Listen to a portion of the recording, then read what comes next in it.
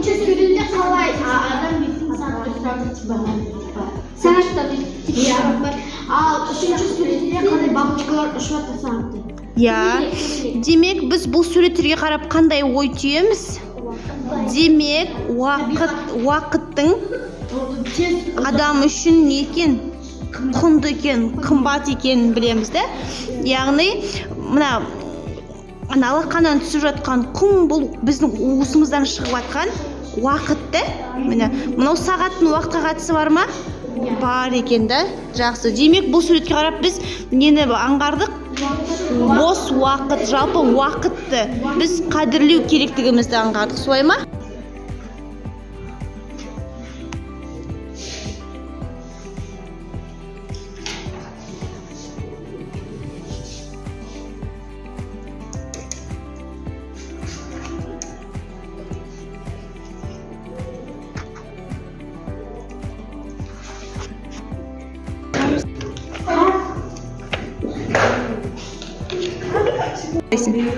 Бос уақытында күреске барамын.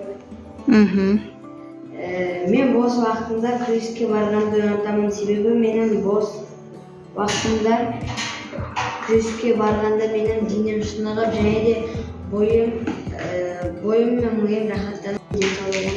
Аха, ала ғой. Айта ғой, қайсы түсті? Салыстырамыз. Ал енді хоббимен нені салыстырасың? Бос уақытты. Қолданамыз. Ал бізге өзің бос уақытында қалай қолданасың, соны айта ғой. Мен неге бос уақытында қолданамын?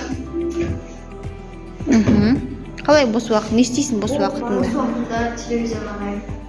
Не қарайсың телевизор? Серуендеймін. Сабақ оқимын. Ал сипаттай ғой бізге хобби. Сенің хоббиің қандай? Сол хоббині сипатта. Ойнау да? Волейбол ойнау. Мен волейболда қыстатып Я волейбол ойнағанда